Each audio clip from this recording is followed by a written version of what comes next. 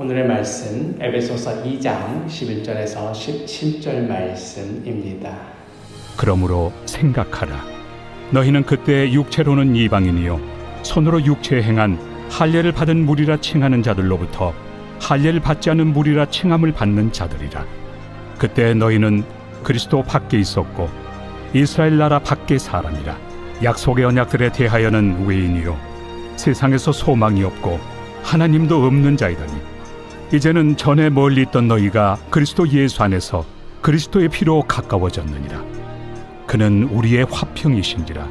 둘로 하나를 만드사 원수된 것 곧 중간에 막힌 담을 자기 육체로 허시고 법조문으로 된 계명의 율법을 폐하셨으니 이는 이 둘로 자기 안에서 한 새 사람을 지어 화평하게 하시고 또 십자가로 이 둘을 한 몸으로 하나님과 화목하게 하려 하심이라. 원수된 것을 십자가로 소멸하시고 또 오셔서 먼 데 있는 너희에게 평안을 전하시고 가까운 데 있는 자들에게 평안을 전하셨으니. 우리가 가끔 추억에 젖어들 때가 있지요. 전에는 내가 어디에 살았었는데, 전에는 내가 그때 그 시절에 누구랑 지냈었는데, 전에는 내가 뭘 하며 살았었는데 하는 식으로 과거의 자신의 모습을 떠올리면서 추억에 젖어들 때가 있습니다. 오늘 말씀을 보니 이런 비슷한 뉘앙스의 말씀이 있는 듯 합니다.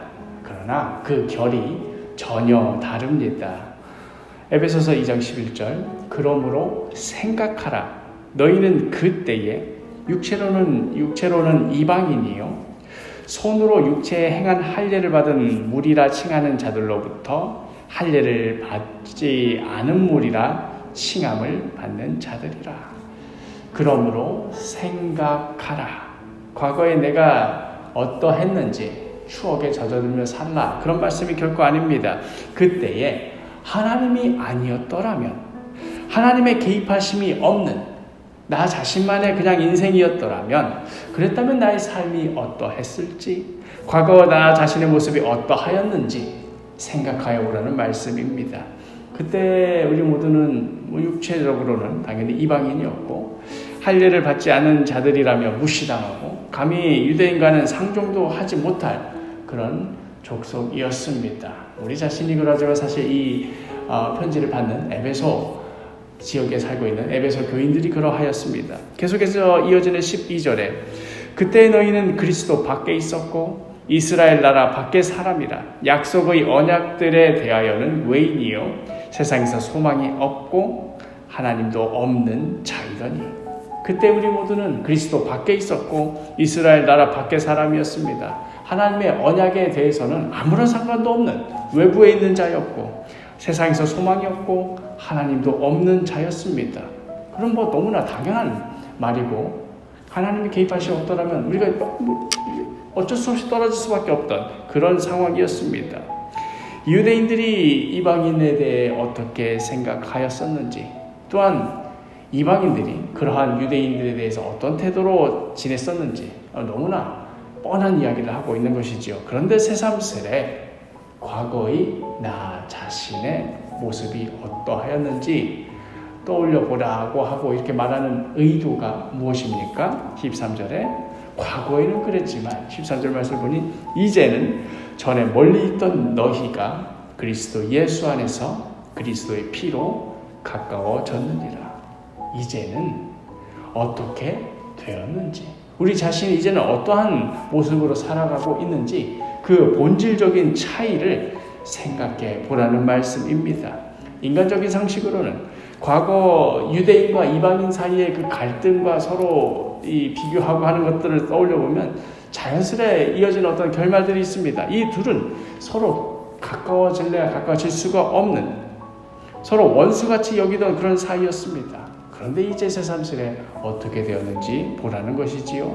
그리스도 예수 안에서 그 피로 말미암아 가까워졌지 않느냐는 말씀입니다. 어떻게 이런 일이 가능할 수 있었는가?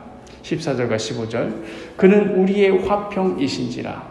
둘로 하나를 만드사 원수된 것 곧 중간에 막힌 담을 자기 육체로 허시고 법조문으로 된 계명의 율법을 폐하셨으니 이는 이 둘로 자기 안에서 한 새 사람을 지어 화평하게 하시고, 이 둘 사이가 원수지간이 될 수밖에 없었던 것, 이 둘 사이에 가로막고 있던 그 담을 예수 그리스도의 육체로 하셨다. 즉 십자가 사건으로 말미암아 이 둘 사이를 가로막고 있던 담이 무너지게 되었다는 말씀입니다. 이제는 법조문으로 된 계명으로 누구는 이래서 유대인일 수밖에 없고, 누구는 이래서 이방인인 것이고, 누구는 이래서 천국 백성이고, 누구는 저래서 지옥 자식이고 하는 식으로 나뉘었던 것이 이제는 은혜로, 은혜가 모든 것을 다 바꾸고 말았습니다. 전에는 이래서 천국 백성, 이래서 저 녀석은 지옥 자식, 이렇게 나뉘던 것이 이제는 누구는 이럼에도 불구하고 그 은혜로 말미암아 하나님의 백성, 누구는 저럼에도 불구하고 이 십자가 사랑으로 말미암아 하나님의 자녀, 예수 그리스도께서 우리의 모든 죄를 다 짊어지시고 감당하신 그 십자가 은혜로 말미암아 이제는 우리의 어떠함이 아니라, 전에 우리가 어떠한 자였고 우리가 이방인이었고 유대인이었고 하는 그런 차이가 아니라 그리스도께서 우리에게 어떠한 은혜를 베푸셨는가, 이거 하나만으로 하나님의 자녀가 되는 은혜의 길이 열린 것입니다. 십자가 앞에서 더 이상 유대인이니 이방인이니 나누고 구별하고 차별할 그 어떤 이유도 정당성도 목적도 사라지게 되었습니다. 예수 그리스도 안에서 한 새 사람을 지어 화평하게 하신 것입니다. 무엇보다도 결정적으로 이제는 유대인이든 이방인이든 다 죄에 갇혀서 영영 죽을 수밖에 없었던, 영원한 저주 가운데 헤어날 길이 없었던 우리 모두가 이제는 그 십자가 은혜로 말미암아 어떤 일이 벌어졌는가? 이어지는 16절과 17절, 또 십자가로 이 둘을 한 몸으로 하나님과 화목하게 하려 하신다. 하나님과 화목하게 하려 하십니다. 원수된 것을 십자가로 소멸하시고 또 오셔서 먼 데 있는 너희에게 평안을 전하시고 가까운 데 있는 자들에게 평안을 전하셨으니, 결정적으로 본질적으로 우리는 하나님과 화목하게 되었다. 이 차이가 얼마나 극적인 것인가 하는 말씀입니다. 더러운 죄인이 감히 거룩하신 하나님 앞에 설 수 있게 되었다.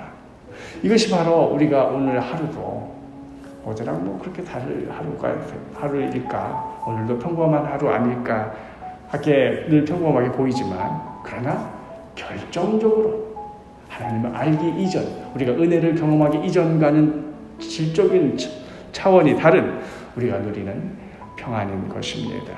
우리 모두가 하나님 아버지와 화목할 수 있게 되었다는 것 그 자체로부터 비롯해서 오는 이 평안이 우리 모두의 삶을, 우리 모두의 운명을 완전히 바꾸어버린 것입니다. 십자가 자체는 저주의 상징이요, 한 인간이 당할 수 있는 가장 치욕스럽고 고통스러운 그 현장의 집합체였지만, 이제 바로 그 자리가 역설적으로 우리 모두의 평화의 자리, 화목하게 하는 자리, 우리 모두가 생명을 누리는 자리가 된 것입니다. 그러니 오늘 하루 우리 이 십자가 은혜와 사랑을 묵상하면서 우리가 누리게 되는 이 평안이 어떠한 것인가? 그러므로 생각하라. 내가 하나님이 아니었더라면, 이 은혜가 아니었더라면 내가 어떠한 자였을까? 그런데 지금 내가 오늘 어떠한 자로서 살아가고 있는가? 이것들을 묵상하며 감사하며 찬양하는 그런 복된 하루가 되기를 간절히 축복합니다.